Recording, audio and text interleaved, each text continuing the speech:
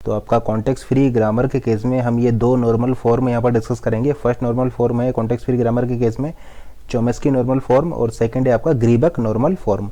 तो सबसे पहले देखते हैं CNF Chomsky normal form, CHOMSKY, CHOMSKY Chomsky normal form. तो आप ऐसा बोल सकते हैं a context free grammar CFG, a context free grammar CFG is in Chomsky normal form is in CNF if all productions are of the form variable slash terminal, if all productions are of the form of variable slash terminal। इसका मतलब एक context free grammar को आप CNF में बोलेंगे, एक context free grammar is in CNF Chomsky normal form if all productions are of the form of this. ये context free grammar है, और देखिए ये कॉन्टेक्स्ट फ्री ग्रामर आपका CNF में है, वेरिएबल एरो वेरिएबल और या फिर variable arrow terminal, variable arrow variable या फिर वेरिएबल एरो टर्मिनल। तो ये ग्रामर जो है आपका CNF फॉर्म में है, SA/AA। ये कॉन्टेक्स्ट फ्री ग्रामर आपका CNF में नहीं है, ये कॉन्टेक्स्ट फ्री ग्रामर आपका CNF में नहीं है, क्योंकि देखिए ये वाला प्रोडक्शन कंडीशन को वॉयलेट कर जा रहा है। देखिए S एरो AS वाला जो प्रोडक्शन है ये CNF को वॉयलेट कर गया, क्योंकि वेरिएबल एरो वेरिएबल हो गया यहाँ पर। तो आपका ये CNF की कंडीशन को ये प्रोडक्शन वॉयलेट कर जा रहा है। और देखिए ये वाला प्रोडक्शन भी आपका वॉयलेट कर जा रहा है A एरो AA, क्योंकि यहाँ पर वेरिएबल एरो टर्मिनल आ गया है, जबकि वेरिएबल एरो टर्मिनल ही यहाँ पर अलाउड है। तो ये दो प्रोडक्शंस आपके यहाँ पर ये CNF की कंडीशन को वॉयलेट कर जा रहे हैं। तो हम ऐसा बोल सकते हैं कि ये आपका जो कॉन्टेक्स्ट फ्री ग्रामर है ये CNF में नहीं होगी। तो अब देखते हैं कि एक कॉन्टेक्स्ट फ्री ग्रामर को आप CNF में किस तरीके से कन्वर्ट करेंगे। कैसे करेंगे, तो अगर आपको एक CFG को CNF में कन्वर्ट करना है तो फर्स्ट स्टेप है कि आपको उसमें से लेमडा प्रोडक्शंस और यूनिट प्रोडक्शंस को रिमूव करना होगा। तो फर्स्ट स्टेप है आपका यहाँ पर remove lambda production and unit production. तो फर्स्ट स्टेप है यहाँ पर remove lambda productions and unit production. इसका मतलब जो अब आपको यहाँ पर CFG मिलेगी, जो कॉन्टेक्स्ट फ्री ग्रामर मिलेगी, वो मिलेगी free from lambda productions and unit production. After step 1 आपको जो कॉन्टेक्स्ट फ्री ग्रामर मिलेगी वो आपको मिलेगी free from lambda productions and unit production. And second step में आप क्या करेंगे, आप जो प्रोडक्शंस हैं कॉन्टेक्स्ट फ्री ग्रामर के जो प्रोडक्शंस हैं उनको कन्वर्ट करेंगे इस फॉर्म में, variable arrow variable slash terminal. इस फॉर्म में आप फिर उन कॉन्टेक्स्ट फ्री ग्रामर्स के प्रोडक्शंस को इस फॉर्म में आप कन्वर्ट करेंगे। तो एक एग्जांपल से इसको देखते हैं। इसका मतलब आप सेकंड स्टेप यहाँ पर लगा सकते हैं, ठीक है ना, क्योंकि ये जो कॉन्टेक्स्ट फ्री ग्रामर है ये आपका free from lambda productions and unit production है। तो आप सेकंड स्टेप लगाते हैं। तो देखिए आपका ये फर्स्ट वेरिएबल को लेते हैं, फर्स्ट प्रोडक्शन को लेते हैं S एरो AB, देखिए स्मॉल है, तो स्मॉल A के लिए लेट से हम एक नया वेरिएबल क्रिएट कर देते हैं। लेट से नया वेरिएबल है आपका DA क्या है, DA आपका एक नया वेरिएबल हमने बना दिया है, और वो DA की वैल्यू क्या है, DA की वैल्यू है आपका स्मॉल है, ठीक है ना। फिर उसी तरीके से आप इसको लिख सकते हैं A एरो, देखिए स्मॉल A को हमने क्या किया, इसको भी DA बना दिया, ये भी क्या हो जाएगा आपका DA हो जाएगा, और लेट से इसको आपने DB कर दिया, और यहाँ पर DB क्या हो जाएगा, DB हो जाएगा DB एरो स्मॉल b। और फिर इसी तरीके से आपने लिख दिया इसको, ये आपका हो जाएगा B एरो AC। यानी आपने क्या किया कि आपका variable arrow variable slash terminal, यानी अगर कोई वेरिएबल है तो वो एडजेसेंट वेरिएबल होंगे, यानी variable arrow variable slash terminal. तो टर्मिनल आपका वेरिएबल के साथ नहीं आ सकता, टर्मिनल या तो अकेला आएगा या फिर वेरिएबल आएगी। तो आपने क्या किया, अगर किसी वेरिएबल के साथ कोई टर्मिनल है तो आप उस टर्मिनल को वेरिएबल में कन्वर्ट कर दे रहे हैं, ठीक है ना, क्योंकि वेरिएबल के साथ टर्मिनल यहाँ पर नहीं आ रहा है, या तो वेरिएबल आएगा या फिर टर्मिनल आएगा। वेरिएबल के साथ टर्मिनल नहीं आ रहा है, तो अगर किसी भी वेरिएबल के साथ अगर कोई टर्मिनल है तो उस टर्मिनल को आप इस तरीके से वेरिएबल में कन्वर्ट कर देंगे। अब देखिए ये जो ग्रामर है, इस ग्रामर में या तो टर्मिनल अकेले हैं, जैसे कि इसको देखिए अकेला टर्मिनल है, ये भी अकेला टर्मिनल है, या फिर वो किसी वेरिएबल के साथ नहीं है, जो टर्मिनल है वो किसी भी वेरिएबल के साथ नहीं है। अब इजीली आप इसको इस फॉर्म में कन्वर्ट कर सकते हैं। देखिए किस तरीके से करेंगे, तो सबसे पहले इस प्रोडक्शन को देखते हैं हम यहाँ पर। तो इसको मैं लिख सकता हूँ S एरो लेट से D1 डी ए, इसको मैंने लिख दिया वेरिएबल एरो वेरिएबल वेरिएबल, वेर D1 क्या हो जाएगा, D1 हो जाएगा मेरा ए बी, D1 मेरा हो जाएगा ए बी। अब इस प्रोडक्शन को देखते हैं, ये प्रोडक्शन तो मेरा कोई इस कंडीशन को वॉलेट कर ही नहीं रहा है, तो मैं लिख सकता हूँ डी एरो स्मॉल है। अब इस प्रोडक्शन को देखते हैं, इसी तरीके से इसको मैं लिख सकता हूँ ए arrow D2 DB, well D2 क्या हो जाएगा, D2 हो जाएगा मेरा DA DA, D2 हो जाएगा मेरा DA DA। अब ये मेरे कोई कंडीशन को वॉलेट नहीं कर रहा है, तो DB arrow small b, DB arrow small b and B arrow AC। तो ये ग्रामर आपको मिल जाएगी इन CNF। तो ये ग्रामर आपका चॉमस्की नॉर्मल फॉर्म में कन्वर्ट हो चुकी है। तो इस तरीके से आप किसी भी ग्रामर को कॉन्टेक्स्ट चॉमस्की नॉर्मल फॉर्म में, किसी भी कॉन्टेक्स्ट फ्री ग्रामर को चॉमस्की नॉर्मल फॉर्म में ये एल्गोरिथम लगा करके आप कन्वर्ट कर सकते हैं। अब लेट से अगर इस ग्रामर में हम एक चेंज कर दें, या कैपिटल C की जगह लेट से आपका स्मॉल c होता, कैपिटल C की जगह स्मॉल c होता, ठीक है ना, लेट से यहाँ पर कैपिटल C की जगह स्मॉल c होता, फिर आप क्या करते हैं, इसको आप कन्वर्ट कर देते, स्मॉल c होता है यहाँ पर, तो आप इसको लिख सकते थे DC एंड फिर आपका हो जाता DC एरो स्मॉल c। तो यहाँ पर क्या आ जाता, फिर आपका चेंजेस हो जाता A DC और आपका DC हो जाता है स्मॉल c। तो फिर इस कॉन्टेक्स्ट फ्री ग्रामर को आप CNF में इस तरीके से कन्वर्ट कर सकते थे। जो इस ग्रामर को, इस प्रोडक्शन को इस तरीके से लिखा है, इसको आप इस तरीके से भी लिख सकते थे, यहाँ पर कोई प्रॉब्लम नहीं है, आप इसको इस तरीके से भी लिख सकते थे ए एरो, लेट से आप इसको एक नया वेरिएबल मान रहे हैं, यानी DA, लेट से DA, और ये लेट से आपका एक नया वेरिएबल है D2 एंड फिर आप लिख रहे हैं D2 एरो DA DB। तो ये आप इसको इस तरीके से भी लिख सकते हैं, यहाँ पर भी आपका कोई प्रॉब्लम नहीं होगी। कुल मिलाकर आपके जो ग्रामर है, जो कॉन्टेक्स्ट फ्री ग्रामर है, वो इस फॉर्म में होनी चाहिए, इस फॉर्म में होना चाहिए, और यहाँ पर आपका कोई भी कंडीशन आप नहीं है, ठीक है ना। इसको भी आप इस तरीके से लिख सकते थे एस एरो लेट से A D1 एंड फिर आप लिख सकते थे D1 एरो BDA, ठीक है ना। तो या तो आप इस तरीके से इसको लिख सकते हैं कि इसको D1 आप मान लें, तो ये हो जाएगा A D1, या फिर आप इसको इस तरीके से लिख सकते हैं कि आप इसको D1 मान लीजिए और इस तरीके से आप इसको लिख सकते हैं। तो दोनों ही तरीके से आप इसको लिख सकते हैं, इससे कोई फर्क नहीं पड़ता। कुल मिलाकर आपके जो ग्रामर है वो इस फॉर्म में होनी चाहिए, जो कॉन्टेक्स्ट फ्री ग्रामर है वो इस फॉर्म में आपका होना चाहिए। CNF ग्रामर से किसी भी स्ट्रिंग्स को ड्राइव करने में आपके कितने स्टेप्स यहाँ पर लगेंगे। जो CNF ग्रामर होगी, वो जो CNF ग्रामर होगी चॉमस्की नॉर्मल फॉर्म में जो आपकी ग्रामर होगी, वो उसमें प्रोडक्शन इस फॉर्म में होंगे, या तो variable arrow variable variable slash terminal.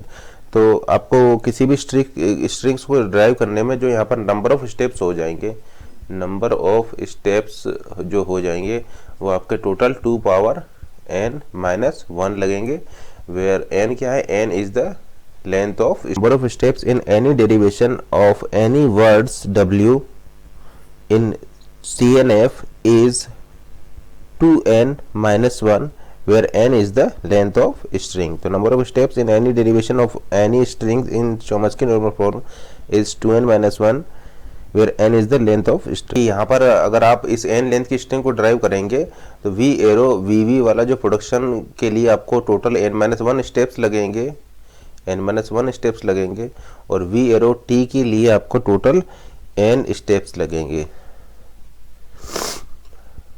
तो टोटल आपका यहाँ पर हो जाएगा n plus 2n plus n-1 is equal to 2n-1।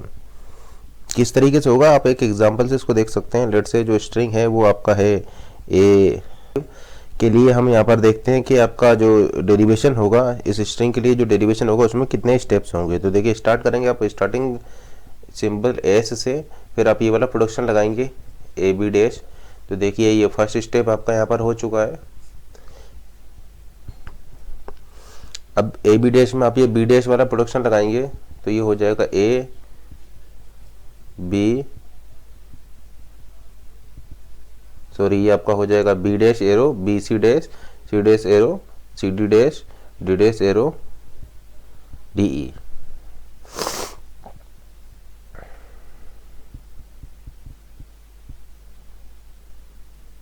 Let's say ये आपका CNF है।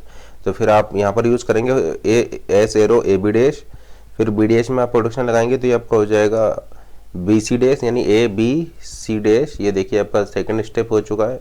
फिर लेट से आपने ये वाला प्रोडक्शन लगाया तो आपको मिल जाएगा A B C D dash, और फिर आप ये देखिए आपका थर्ड स्टेप हो चुका है। फिर आप ये वाला प्रोडक्शन लगाएंगे डी डैश वाला, तो आपको मिल जाएगा A B C D and E, ये हो जाएगा आपका फोर्थ स्टेप।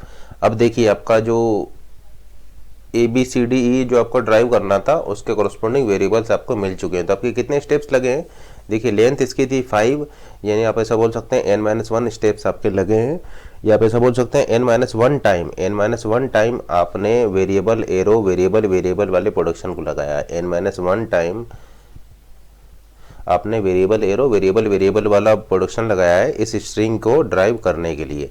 देखिए 5 था, 5 - 4 हो जाएगा आपका 4, यानी 4 टाइम आपने इसको अप्लाई किया है, ठीक है ना, n-1 टाइम। अब देखिए आप यहाँ पर लेट से ये वाला प्रोडक्शन लगा रहे हैं तो आपको मिल जाएगा small A B C D E, ये देखिए फर्स्ट टाइम। फिर देखिए ये वाला आपने प्रोडक्शन लगाया तो आपको मिला, तो ये सेकंड हो जाएगा। लेट से फिर आप ये प्रोडक्शन लगा रहे हैं, ये थर्ड आपका हो जाएगा। लेट से फिर आप ये डी वाला प्रोडक्शन लगा रहे हैं, ये फोर्थ हो जाएगा। लेट से आप ये ई वाला प्रोडक्शन लगा रहे हैं तो ये फिफ्थ टाइम आपका हो गया ए बी सी डी ई। तो आप क्या देख रहे हैं, इस स्ट्रिंग को ड्राइव करने में आपको फिर यहाँ से यहाँ तक कितने टाइम भी प्रोडक्शन लगाना पड़ा, वेरिएबल एरो टर्मिनल वाला कितने टाइम्स लगाना पड़ा, तो ये आपको n टाइम्स लगाना पड़ा। देखिए n की वैल्यू क्या है यहाँ पर, n की वैल्यू आपका 5, तो आप ऐसा बोल सकते हैं आपको ये 5 टाइम लगाना पड़ा, या 5 स्टेप्स होंगे यहाँ पर इसको ड्राइव करने में। तो वेरिएबल एरो टी आपको 5 टाइम लगाना पड़ा, ये 4 टाइम लगाना पड़ा, तो टोटल कितने टाइम लगाना पड़ा, तो टोटली आपका हो जाएगा n-1 + n = 2n-1। या आप ऐसा बोल सकते हैं कि आपको इतने टाइम्स ये यहाँ पर लगाना पड़ा, तो इसलिए हमने यहाँ पर लिखा है कि जो नंबर ऑफ स्टेप्स होंगे यहाँ पर वो टोटल 2n-1 होंगे। अब देखते हैं कि ये आपकी जो ग्रामर है वो CNF में चॉम्स्की नॉर्मल फॉर्म में है और आप स्ट्रिंग को ड्राइव कर रहे हैं, तो उसके लिए जो आपका ट्री बनेगा उस ट्री की मिनिमम और मैक्सिमम हाइट क्या होगी, और वो मिनिमम मैक्सिमम हाइट आपको किस केस में मिलेगी। तो लेट से आपका जो आप ट्री बना रहे हैं आपका वो एक CNF है, तो CNF में आपके जो प्रोडक्शन होंगे वो इस फॉर्म में होंगे, वेरिएबल एरो वेरिएबल या वेरिएबल एरो टर्मिनल। तो आपका ये दो ही टाइप के प्रोडक्शन यहाँ पर होंगे।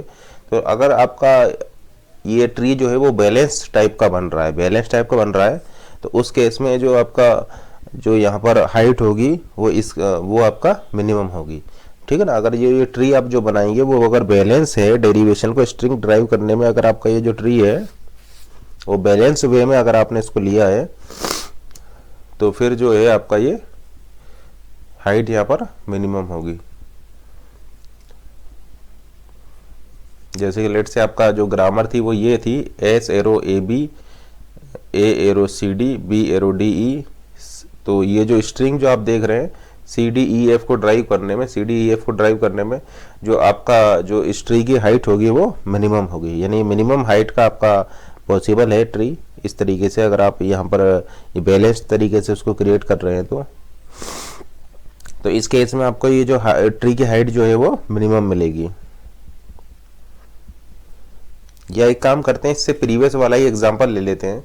लेट से आपके पास प्रोडक्शंस हैं वो इस तरीके से हैं, जो CNF है वो इस तरीके से गिवन है, एस एरो ए।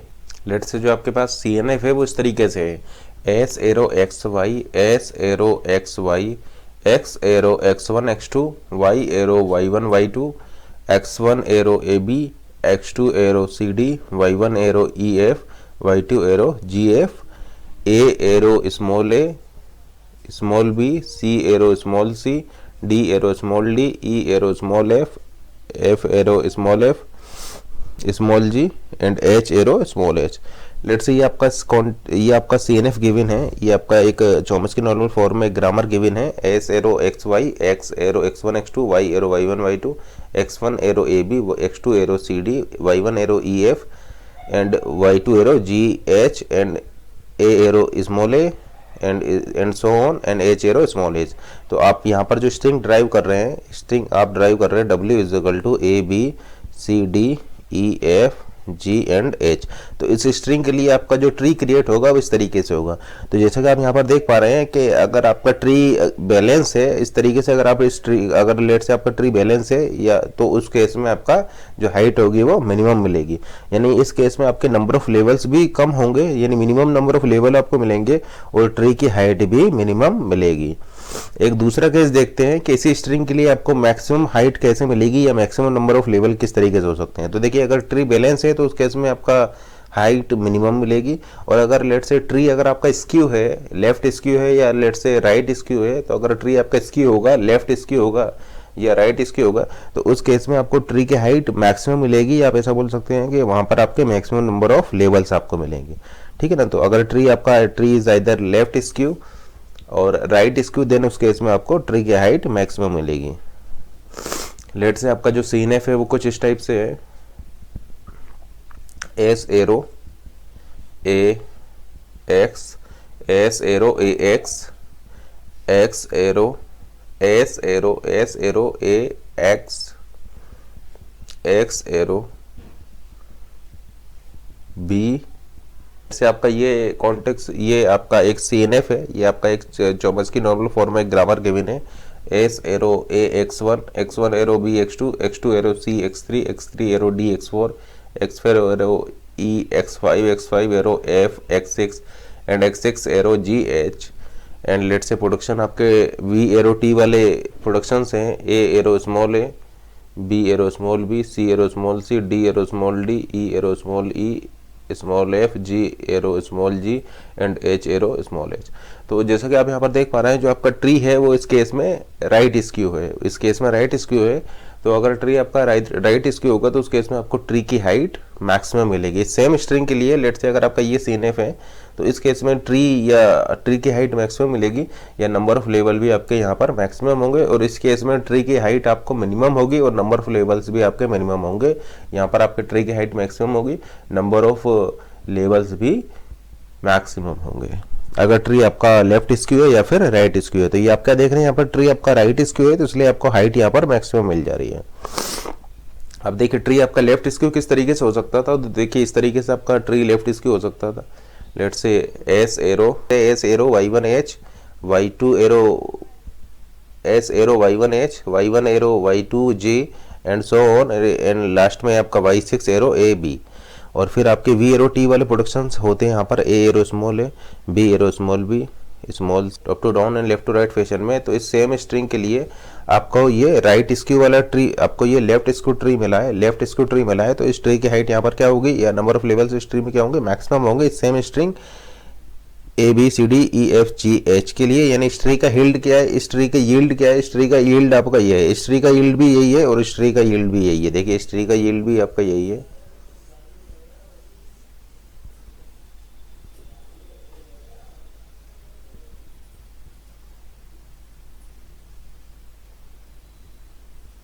तो देखिए, इस ट्री का यील्ड भी यही है, स्ट्रिंग W है, इस ट्री का यील्ड भी, इस ट्री का यील्ड भी आपका स्ट्रिंग W है, और इस ट्री का यील्ड भी आपका स्ट्रिंग W है। देखिए, आप इसको ट्रेवर्स कीजिए top to down and left to right fashion में। देखिए, top to down and left to right fashion में आपने इसको ट्रेवर्स किया है, ठीक है ना। Top to down and left to right fashion में ट्रेवर्स किया है, तो आपका स्ट्रिंग W ही यहाँ पर मिल रही है। तो इस ट्री का यील्ड भी स्ट्रिंग W है, इस ट्री का यील्ड भी स्ट्रिंग W है, इस ट्री का यील्ड भी स्ट्रिंग W है। ये आपका बैलेंस है, ये लेफ्ट स्क्यू है, ये राइट स्क्यू है। इन दोनों ही केसेस में आप देख रहे हैं कि ट्री की हाइट मैक्सिमम है, नंबर ऑफ लेवल्स भी मैक्सिमम होंगे, और यहाँ पर ट्री की हाइट जो होगी वो मिनिमम होगी और नंबर ऑफ लेवल्स भी आपके मिनिमम होंगे अगर ट्री आपका बैलेंस है। तो आप यहाँ पर ऐसा बोल सकते हैं कि अगर आप यहाँ पर मिनिमम हाइट वाले ट्री की बात कर रहे हैं या आप बैलेंस ट्री की अगर बात करें, तो मिनिमम हाइट वाले ट्री में या बैलेंस ट्री में जो हाइट होगी उसका ऑर्डर हो जाएगा, ऑर्डर ऑफ log n, क्योंकि वो बैलेंस है। जो अभी हमने ट्री डिस्कस किया था जो कि आपका बैलेंस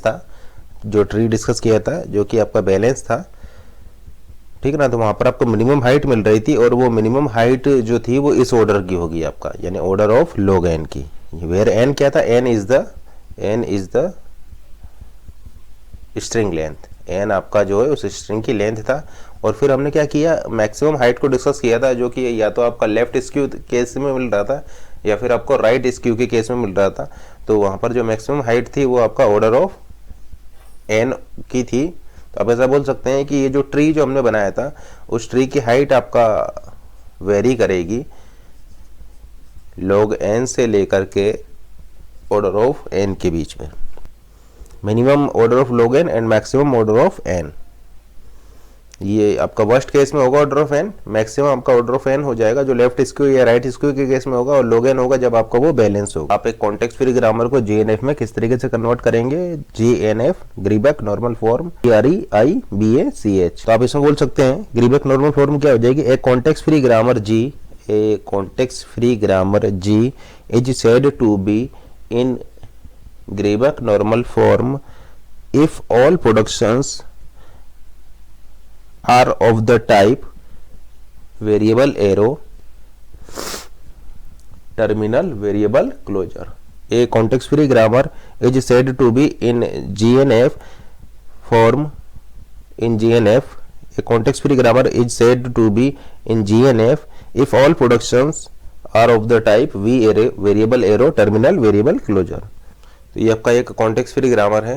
तो देखिए GNF में नहीं है, यह कॉन्टेक्स्ट फ्री ग्रामर जो है वो GNF में नहीं है, क्योंकि देखिए यहाँ पर क्या आ सकता है आपका, यहाँ पर आ सकता है टर्मिनल एंड वेरिएबल क्लोजर, यानी टर्मिनल आएगा, स्टार्टिंग में टर्मिनल आएगा और एक ही टर्मिनल आएगा और उसके बाद में आपके 0 या मोर देन 1 वेरिएबल्स आ सकते हैं, यानी वेरिएबल एरो एक सिंगल टर्मिनल आएगा एंड वेरिएबल्स जो हो सकते हैं आपके सिंगल टर्मिनल के बाद आपके जो वेरिएबल्स हो सकते हैं वो 0 या 0 से ज़्यादा भी हो सकते हैं।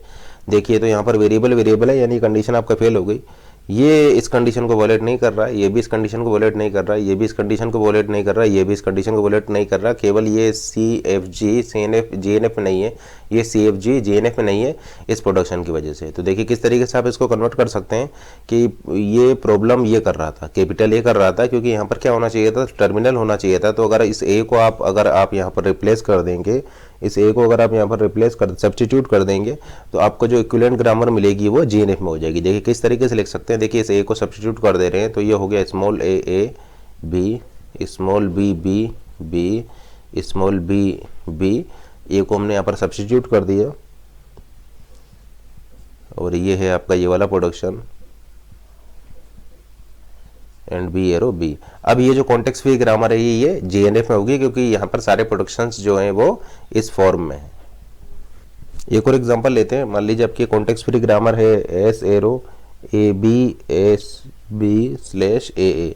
देखिए ये भी आपका GNF में नहीं है, ये भी आपका GNF में नहीं है, लेकिन इसको GNF में आप किस तरीके से कन्वर्ट करेंगे कि इसको GNF में आप इस तरीके से कन्वर्ट कर सकते हैं। देखिए एस एरो ये ग्रामर, ये कॉन्टेक्स्ट फ्री ग्रामर आपका GNF में नहीं, लेकिन कन्वर्ट कैसे करेंगे, देखिए टर्मिनल आ सकता है आपका, एक टर्मिनल आ गया स्मॉल है, अब बाकी सभी टर्मिनल्स को आप वेरिएबल में कन्वर्ट कर दीजिए। तो इस स्मॉल बी के लिए लिख सकता हूँ मैं कैपिटल बी, और एक और नया प्रोडक्शन यहाँ पर लिख सकता हूँ बी एरो स्मॉल बी, यानी कैपिटल बी। देखिए ये कैपिटल एस है और यहाँ पर लिख दूंगा मैं कैपिटल बी। तो ये अब प्रोडक्शन इस फॉर्म में आ चुका है, टर्मिनल वेरिएबल स्लैश। अब यहाँ पर क्या है मेरा है स्मॉल ए, तो मैं इसको स्मॉल ए रखता हूँ और इस सेकंड स्मॉल ए के लिए मैं वेरिएबल बना देता हूँ, तो ये मेरा हो जाएगा टर्मिनल वेरिएबल, तो इस फॉर्म में आ जाएगा और ये हो जाएगा ए एरो स्मॉल ए। तो इस तरीके से ये जो CFG थी जो कि मेरा GNF में नहीं थी, इसको मैं इस GNF फॉर्म में इस तरीके से कन्वर्ट कर सकता हूँ। तो अगर आपको एक कॉन्टेक्स्ट फ्री ग्रामर को GNF में कन्वर्ट करना है तो सबसे पहला स्टेप होगा कि आपको वहाँ पर लैम्डा प्रोडक्शंस को रिमूव करने पड़ेंगे, यानी आपको सभी लैम्डा प्रोडक्शंस वहाँ पर रिमूव करने पड़ेंगे एंड यूनिट प्रोडक्शंस को आपको रिमूव करना पड़ेगा। सेकंड फिर आप उसको GNF में कन्वर्ट कर सकते हैं अगर आपके सभी प्रोडक्शंस इस फॉर्म में आपको सेकंड आप उस CFG के सभी प्रोडक्शंस को इस फॉर्म में ले आइए, यानी वेरिएबल एरो TV स्टार वाले फॉर्म में ले आइए, तो आपका वो कॉन्टेक्स्ट फ्री ग्रामर जो है वो GNF में कन्वर्ट हो जाएगा। ठीक है ना। तो आप ऐसा बोल सकते हैं कि अगर एक कॉन्टेक्स्ट फ्री ग्रामर को आपको GNF में कन्वर्ट करना है तो आप क्या करेंगे, सबसे पहले वहाँ पर ये लैम्डा प्रोडक्शंस को रिमूव करेंगे एंड देन यूनिट प्रोडक्शंस को रिमूव करेंगे एंड फिर आपके जो CFG के जो प्रोडक्शंस हैं उसको इस फॉर्म में ले आएंगे, तो आप बोलेंगे कि वो CFG जो है आपकी वो GNF में कन्वर्ट हो चुकी है। इसका मतलब आप किसी भी CFG को एक GNF में कन्वर्ट कर सकते हैं। अब देखिए इसका एडवांटेज क्या है, अगर आप एक CFG को GNF में कन्वर्ट करते हैं तो इसका फ़ायदा क्या है। देखिए इसका फ़ायदा ये है कि अगर आप किसी भी कॉन्टेक्स्ट फ्री ग्रामर को GNF में कन्वर्ट कर देते हैं तो फिर हमारे पास एक एल्गोरिथम एग्जिस्ट करती है, उस एल्गोरिथम का यूज़ करके हम उस GNF को पीडीए में इजीली कन्वर्ट कर सकते हैं। तो आपने क्या किए, सीएफजी को कन्वर्ट किए जीएनएफ में, और फिर जीएनएफ को हम easily PDA push down automata में आप कन्वर्ट कर सकते हैं। यानी इसके लिए आप ये पुश डाउन ऑटोमेटा वाली मशीन इजीली डिजाइन कर सकते हैं। तो सीएफजी को जीएनएफ में कन्वर्ट कीजिए, फिर जीएनएफ को एक एल्गोरिथम हम बताएंगे, उसको लगा करके आप पीडीए वाली मशीन में इजीली कन्वर्ट कर सकते हैं। तो आप ऐसा बोल सकते हैं कि any context free grammar can be converted to PDA,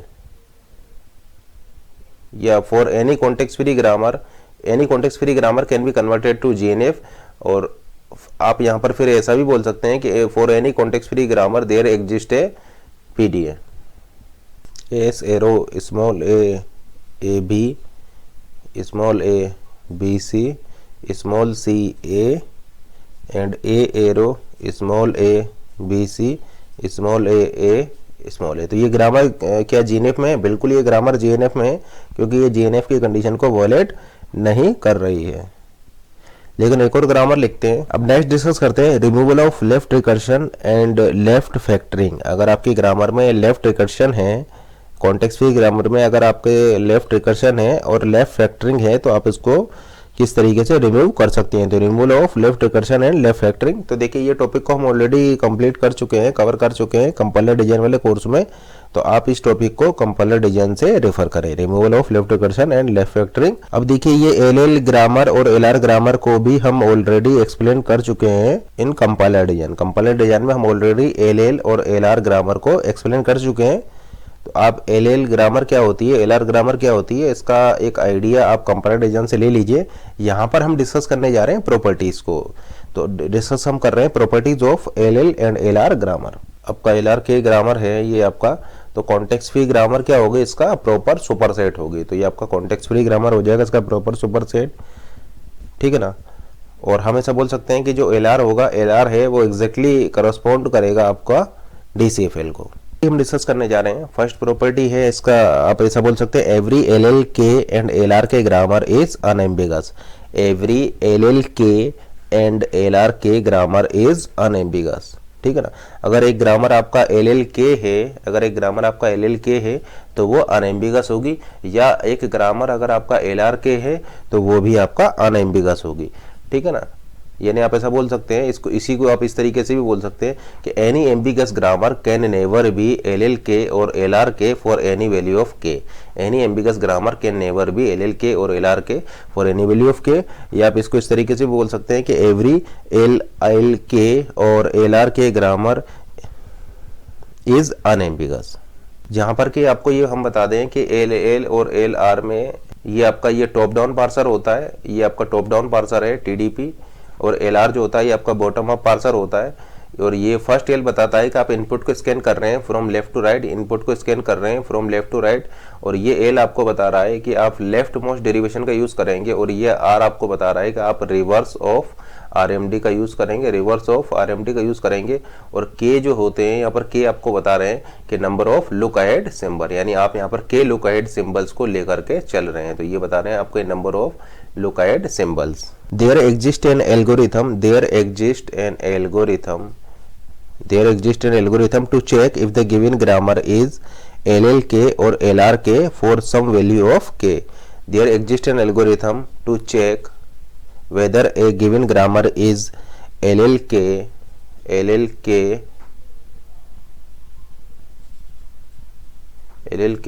or LRK for some value of K.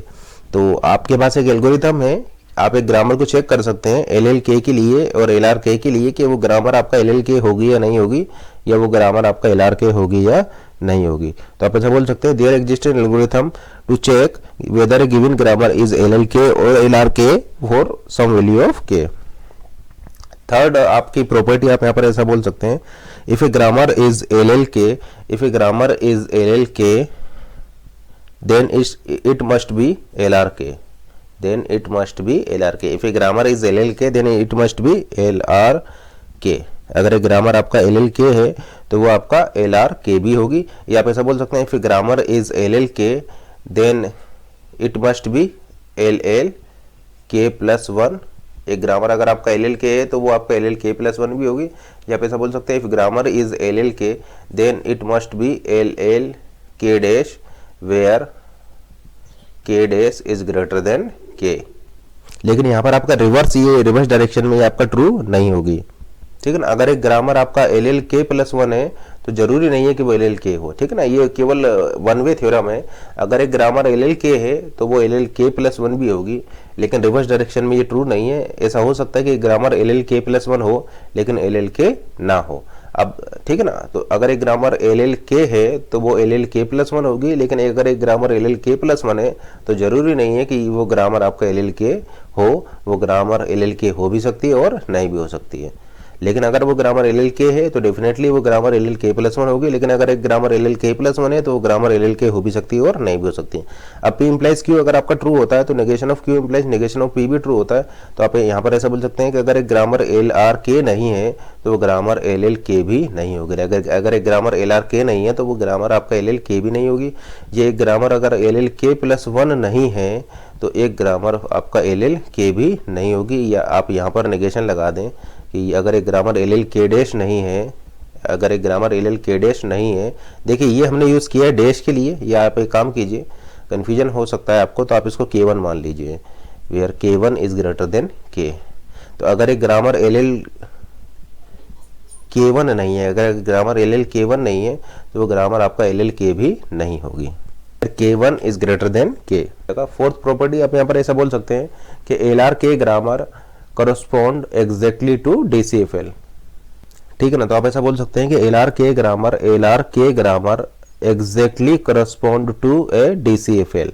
अब देखिए DCFL के लिए आपका क्या होता है, DCFL के लिए आप एक DPDA बना सकते हैं, डिटर्मिनिस्टिक पुश डाउन ऑटोमेटा बना सकते हैं। तो इसको हम इस तरीके से भी बोल सकते हैं, इसी थ्योरम को हम इस तरीके से भी बोल सकते हैं, if grammar G is L R K grammar, if grammar G is LRK grammar, then there exists a DPDA, there exists a DPDA, there exists an DPDA such that language of this DPDA is equal to language of this grammar G। यानी आप ऐसा बोल सकते हैं कि आप सभी L R के ग्रामर्स के लिए एक DPDA को डिजाइन कर सकते हैं।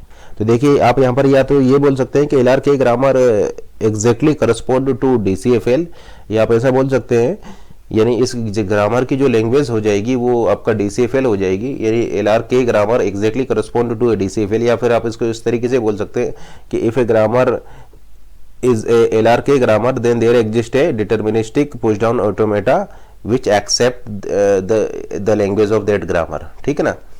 या उस LRK ग्रामर के लिए आपका एक DPDA एग्जिस्ट करता होगा। A grammar is LRK grammar if it generates a DCFL language and accepted by a DPDA। A grammar G is LRK grammar if it generates a DCFL language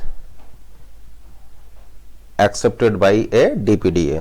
next property आप यहाँ पर ऐसा बोल सकते हैं कि all DCFL language are unambiguous, all DCFL languages are unambiguous. एक regular language आपका एम्बिगस नहीं हो सकती है, उसी तरीके से एक DCFL लैंग्वेज भी आपका एम्बिगस नहीं हो सकती है।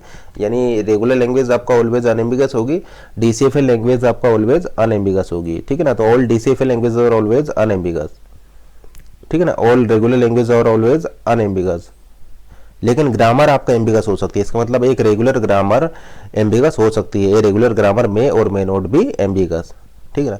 लेकिन अगर वो ग्रामर रेगुलर ग्रामर आप अगर DFA से जनरेट कर रहे हैं तो श्योरली वो अनएम्बिगस होगी। यानी grammar generated by a DFA always a unambiguous grammar, ठीक है ना।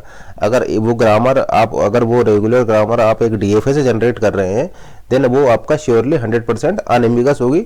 लेकिन अगर वो ग्रामर आप एक NFA से जनरेट कर रहे हैं तो वो ग्रामर आपका एम्बिगस हो भी सकती है और नहीं भी हो सकती है, ठीक है ना। तो ये हम ऑलरेडी एक्सप्लेन कर चुके हैं कंपाइलर डिजाइन में, तो आप वहां से इसको रेफर कर सकते हैं, ठीक है ना। उसी तरीके से जो कॉन्टेक्स्ट फ्री लैंग्वेज है वो कॉन्टेक्स्ट फ्री लैंग्वेज आपका मे और मे नॉट बी एम्बिगस। आपकी जो कॉन्टेक्स्ट फ्री ग्रामर है, कॉन्टेक्स्ट फ्री लैंग्वेज है, जो कॉन्टेक्स्ट फ्री लैंग्वेज है वो आपका एम्बिगस हो भी सकती है और नहीं भी हो सकती है।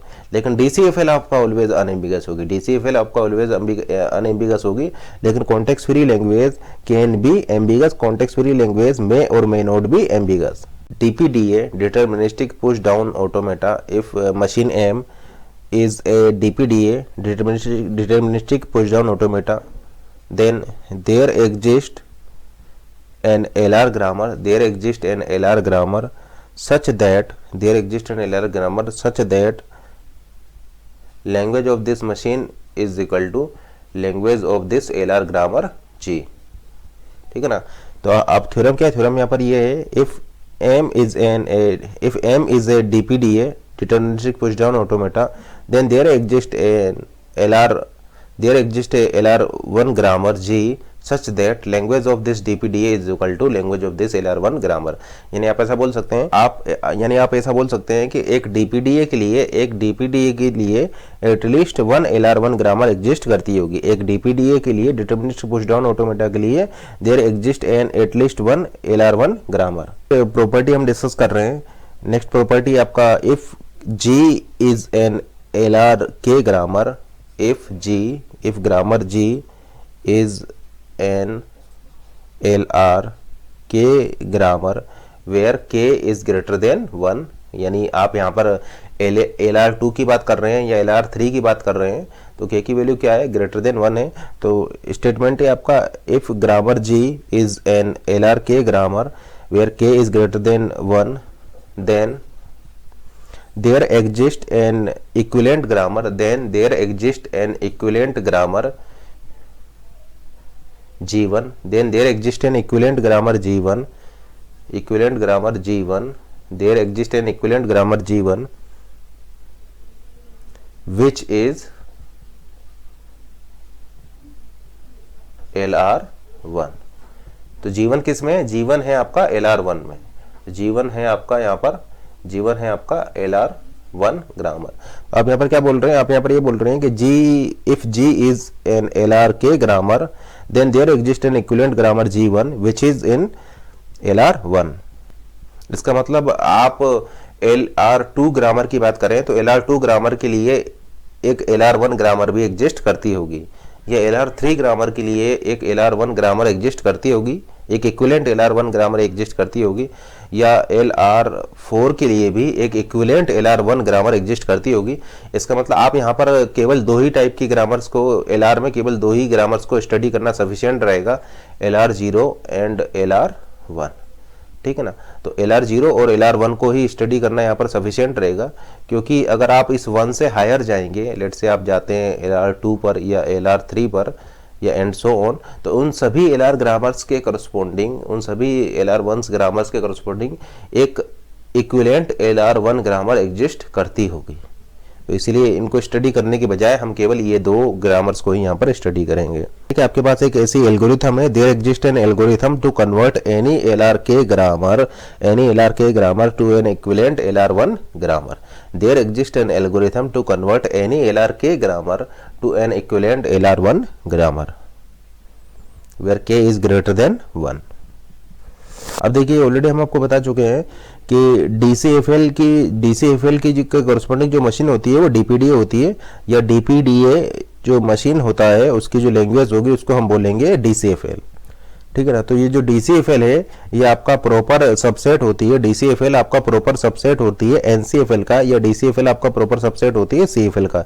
CFL भी बोल सकते हैं इसको, NCFL भी बोल सकते हैं। तो ये हम ऑलरेडी बता चुके हैं कि DCFL is a proper subset of NCFL, और NCFL को आप CFL भी बोल सकते हैं। ठीक है ना। और ऑलरेडी हम क्लोजर टेबल में ये आपको बता चुके हैं कि जो DCFL होती है वो आपका क्लोज्ड होती है under compliment but not closed under union and intersection. यानी DCFL लैंग्वेज आपका यूनियन में क्लोज नहीं होती, इंटरसेक्शन में क्लोज नहीं होती है, लेकिन कॉम्प्लीमेंट में वो आपका क्लोज्ड होती है। सबसे पहले हम यहाँ पर डिस्कस करते हैं प्रीफिक्स प्रॉपर्टी क्या होती है। तो प्रीफिक्स प्रॉपर्टी होती है, लेट्स से हम यहाँ पर कॉन्टेक्स्ट फ्री लैंग्वेज के लिए प्रीफिक्स प्रॉपर्टी डिफाइन करने जा रहे हैं। तो आप ऐसा बोल सकते हैं, a context free language has prefix property, a context free language has prefix property if no proper prefix of string of L belongs to L।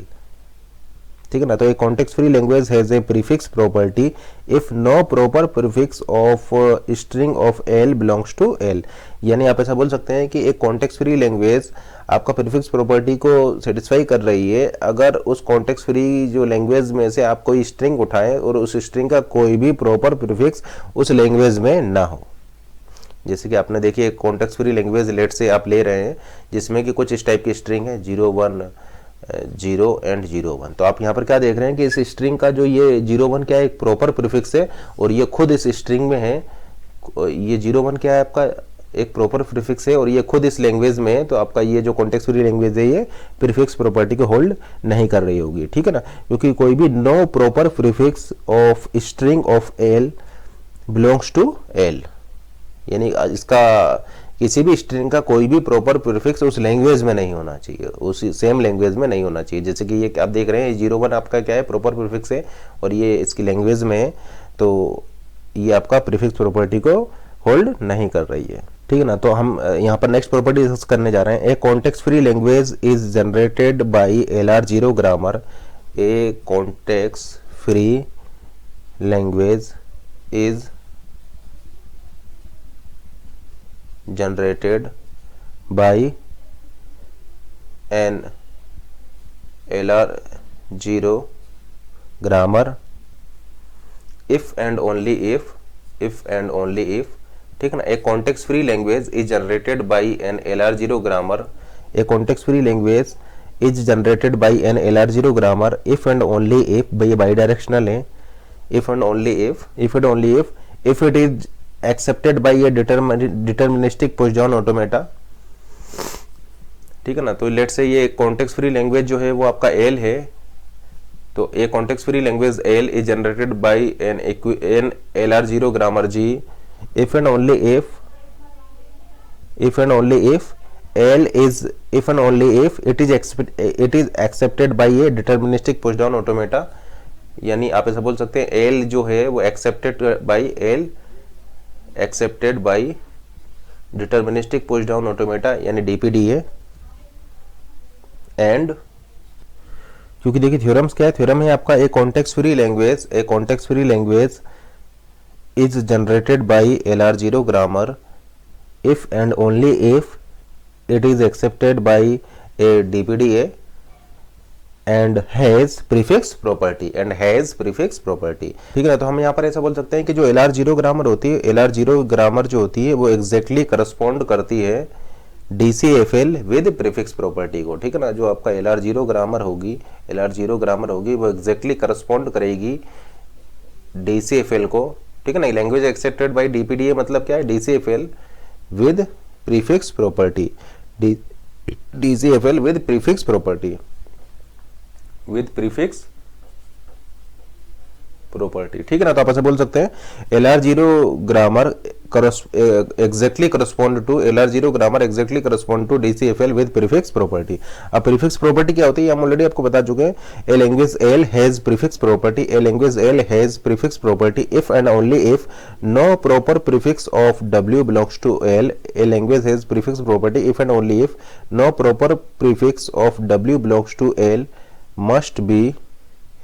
must belongs to language L, ठीक है ना। A language L has prefix property if and only if no proper prefix of W belongs to L must belong to language L, ठीक है ना। तो अगर ये condition आपका ट्रू है तो आप बोलेंगे कि लैंग्वेज आपका प्रीफिक्स प्रॉपर्टी को होल्ड कर रही है, ठीक है ना। A language L has a prefix property if and only if no proper prefix of W must belong to language धातु भी। अब जैसे कि लैंग्वेज L है आपका 0 1 एंड 0 1 1 0। तो आप जैसा कि यहाँ पर देख पा रहे हैं कि ये जो स्ट्रिंग है इस स्ट्रिंग का अगर आप ये प्रॉपर प्रीफिक्स लें, इस स्ट्रिंग 0 1 1 0 का अगर आप ये प्रॉपर प्रीफिक्स लें 0 1, तो ये आपका इस लैंग्वेज में बिलोंग कर रहा है। इसका मतलब ये जो लैंग्वेज है ये प्रीफिक्स प्रॉपर्टी को होल्ड नहीं कर रही है। तो इस लैंग्वेज में आपका कोई भी प्रीफिक्स प्रॉपर्टी नहीं है, क्योंकि स्ट्रिंग का प्रॉपर प्रीफिक्स आपका उसी लैंग्वेज में बिलोंग कर रहा है। स्ट्रिंग का प्रॉपर प्रीफिक्स आपका इसी लैंग्वेज की स्ट्रिंग में बिलोंग कर रहा है। तो आप ऐसा बोल सकते हैं कि यहाँ पर प्रीफिक्स प्रॉपर्टी आपका होल्ड नहीं कर रही है। या लेट से आपका लैंग्वेज होता है इस टाइप का 0 0 1, तो आप क्या देख रहे हैं कि इस स्ट्रिंग का जो प्रॉपर प्रीफिक्स 0 है वो उसी लैंग्वेज में बिलोंग कर रहा है। तो आपका यहाँ पर अगेन आप ऐसा बोल सकते हैं कि प्रीफिक्स प्रॉपर्टी आपका होल्ड नहीं कर रही है। तो आपका यहाँ पर क्या होना चाहिए, DCFL लैंग्वेज होना चाहिए जिसमें कि प्रीफिक्स प्रॉपर्टी आपका होल्ड करे। तो एक एग्जांपल लेते हैं, एक DCFL लैंग्वेज लेते हैं जिसमें कि आपका प्रीफिक्स प्रॉपर्टी होल्ड हो रही हो, या DCFL विद प्रीफिक्स प्रॉपर्टी का एग्जांपल क्या हो जाएगा आप में कि यहाँ पर स्ट्रिंग्स क्या होंगी, स्ट्रिंग्स आपके इस टाइप से होंगी। लेट से आपने ले लिया AABB, तो इसके आप प्रॉपर प्रीफिक्स क्या हो सकते हैं, स्मॉल ए, ये इस लैंग्वेज में नहीं होगा, AA इस लैंग्वेज में नहीं होगा, AAB इस लैंग्वेज में नहीं होगा, ठीक है ना। तो आप क्या देख रहे हैं कि इस स्ट्रिंग का कोई भी प्रॉपर प्रीफिक्स, देखिए प्रॉपर प्रीफिक्स इसका क्या हो सकता है, lambda A double A double देखिए इसके प्रॉपर प्रीफिक्स क्या क्या हो सकते हैं, A डबल A AAB, ठीक है ना। तो वो प्रॉपर प्रीफिक्स इस लैंग्वेज में बिलोंग नहीं कर रहे हैं, तो आप ऐसा बोल सकते हैं ये क्या हो जाएगा, ये आपका हो जाएगा DCFL विद प्रीफिक्स प्रॉपर्टी। ये आपने लिखा है यहाँ पर 0 power n 1 power n where n is greater than equal to 1, तो इसमें भी आप ऐसा बोल सकते हैं DCFL विद प्रीफिक्स प्रॉपर्टी, क्योंकि इसकी इस लैंग्वेज में से आप कोई भी स्ट्रिंग उठा लीजिए, लेट से आपने उठा लिया 0 0 0 1 1 1, इसका आप कोई भी प्रॉपर प्रीफिक्स लीजिए, कोई भी प्रॉपर प्रीफिक्स लीजिए, वो इस लैंग्वेज में बिलोंग नहीं कर रहा होगा। तो आप ऐसा बोल सकते हैं ये क्या हो जाएगा, DCFL विद प्रीफिक्स प्रॉपर्टी, ये आपका हो जाएगा DCFL विद प्रीफिक्स प्रॉपर्टी। तो इस लैंग्वेज के लिए आप एक LR0 ग्रामर लिख सकते हैं। तो you can write an LR0 grammar for this language. अब एक और एग्जांपल लेते हैं, let's say number of 0 in W is equal to number of 1 in W, या number of A in W is equal to number of B in W। तो आप किसी को भी ले सकते हैं, लेट्स से हमने लिया है number of 0 in W is equal to number of 1 in W, ये आपकी लैंग्वेज है। तो क्या इसके लिए आप LR0 ग्रामर लिख सकते हैं, क्या इस लैंग्वेज के लिए आप LR0 ग्रामर लिख सकते हैं। तो देखिए चेक करते हैं कि ये सबसे पहले चेक कीजिए क्या ये DCFL है, बिल्कुल ये लैंग्वेज आपका DCFL होगा। हम ऑलरेडी डिस्कस कर चुके हैं, कि ये लैंग्वेज जो है आपका DCFL है, DCFL बट नॉट रेगुलर। अब चेक करते हैं प्रीफिक्स प्रॉपर्टी के लिए, तो एक स्ट्रिंग हम लेते हैं, लेट से हमने स्ट्रिंग ली है 0 0 1 1 0 0 1 1। तो जैसा कि इस स्ट्रिंग में आप देख सकते हैं number of 0 is equal to number of 1, यानी ये स्ट्रिंग इस लैंग्वेज में होगी। अब चेक करते हैं प्रीफिक्स प्रॉपर्टी को, तो लेट से आपने इस स्ट्रिंग का ये प्रीफिक्स ले लिया, इस स्ट्रिंग का ये प्रीफिक्स ले लिया 0 0 1 1, तो ये 0 0 1 1 भी इस लैंग्वेज में होगा, क्योंकि 0 0 1 1 में भी आपका number of 0 is equal to number of 1 है। तो आप ऐसा बोल सकते हैं कि इस स्ट्रिंग W का ये प्रॉपर प्रीफिक्स जो है 0 0 1 1 ये इस लैंग्वेज में बिलोंग कर रहा है। इसका मतलब यहाँ पर प्रीफिक्स प्रॉपर्टी ये लैंग्वेज होल्ड नहीं कर रही है, तो आपका ये कंडीशन जो है प्रीफिक्स प्रॉपर्टी वाली वो फेल कर गई है। तो प्रीफिक्स प्रॉपर्टी आपको होल्ड नहीं कर रही है, तो आप इस लैंग्वेज के लिए LR0 ग्रामर नहीं लिख सकते हैं। You can write an LR0 grammar for this language because prefix property does not hold here. अब देखिए अगर एक लैंग्वेज जो कि प्रीफिक्स प्रॉपर्टी को होल्ड नहीं कर रही है, आप उसको कन्वर्ट कर सकते हैं एक ऐसी लैंग्वेज में जो कि आपका प्रीफिक्स प्रॉपर्टी को होल्ड कर रही है। यानी हम ऐसा बोल सकते हैं any language does not have prefix property can be converted to a language with prefix property, ठीक है ना। लेट्स से आपके पास एक लैंग्वेज L है जो कि आपका प्रीफिक्स प्रॉपर्टी को होल्ड नहीं कर रही है। आप क्या कीजिए, इसके लास्ट में लेट से आप डॉलर लगा दीजिए, इसके लास्ट में आपने डॉलर लगा दिया, तो वो लैंग्वेज जो कि प्रीफिक्स प्रॉपर्टी को होल्ड नहीं कर रही थी, अब वो प्रीफिक्स प्रॉपर्टी को होल्ड करने लग जाएगी। देखिए किस तरीके से करने लग जाएगा, आपने क्या किया उसमें लैंग्वेज में चेंज कर दिया, उसके लास्ट में आपने डॉलर लगा दिया, यानी जितनी भी स्ट्रिंग्स होगी उनके लास्ट में भी आपका क्या आ जाएगा, डॉलर आ जाएगा, where W belongs to this old language L, ठीक है ना। और ये जो डॉलर जो आपने लिया है ये आपका अल्फाबेट से अल्फाबेट में ये नहीं होना चाहिए, ठीक है ना। तो अब आप ऐसा बोल सकते हैं कि ये जो नई लैंग्वेज है आपका L डैश, ये आपका प्रीफिक्स प्रॉपर्टी को होल्ड करेगी। न्यू लैंग्वेज देखिए L लैंग्वेज में आपका प्रीफिक्स प्रॉपर्टी को ये L लैंग्वेज होल्ड नहीं कर रही थी, तो लैंग्वेज L आपका फेल कर रही थी प्रीफिक्स प्रॉपर्टी को, तो इसको आप एक इक्विवेलेंट लैंग्वेज में कन्वर्ट कर सकते हैं, L डैश में कन्वर्ट कर सकते हैं, जो कि आपका प्रीफिक्स प्रॉपर्टी को होल्ड करेगी। कैसे कर सकते हैं इसको, आप इसके लास्ट में एक ऐसा सिंबल ऐड कर दीजिए, लेट से डॉलर, जो कि सिग्मा को बिलोंग ना करता हो, इनपुट अल्फाबेट को बिलोंग ना करता हो, ठीक है ना। तो आपकी वो लैंग्वेज आपका प्रीफिक्स प्रॉपर्टी को होल्ड करने लग जाएगी। तो आप ऐसा बोल सकते हैं कि L डैश अब आपका प्रीफिक्स प्रॉपर्टी को होल्ड करेगी, ठीक है ना, language L dash with prefix property. और यहाँ पर L में क्या था, आपका प्रीफिक्स प्रॉपर्टी होल्ड वो नहीं कर रही थी, तो आप इस तरीके से उसको प्रीफिक्स प्रॉपर्टी को होल्ड करा सकते हैं इस तरीके से, इस लैंग्वेज में कन्वर्ट करके। एक एग्जांपल से इसको देखते हैं। मान लीजिए लैंग्वेज आपका था 010110, प्रीवियस केस ही देखते हैं। ये देखिए प्रीफिक्स प्रॉपर्टी को होल्ड नहीं कर रहा है क्योंकि ये जो प्रॉपर सबसेट है 01, क्योंकि ये जो प्रॉपर प्रीफिक्स है 01, प्रॉपर प्रीफिक्स 01 जो है ये इसी लैंग्वेज में है। तो आप ऐसा बोल सकते हैं कि ये प्रॉपर प्रीफिक्स 01 इसी लैंग्वेज में होने की वजह से ये लैंग्वेज एल प्रीफिक्स प्रॉपर्टी को होल्ड नहीं कर रही है।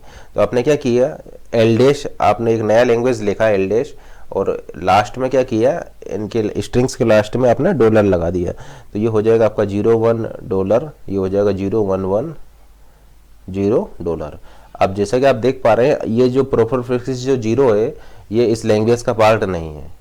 जो प्रॉपर प्रीफिक्स 01 है ये इस लैंग्वेज का पार्ट नहीं है, क्योंकि लैंग्वेज में स्ट्रिंग है आपका $01, $0110, यानी सभी स्ट्रिंग्स के लास्ट में आपने डॉलर लगा दिया है।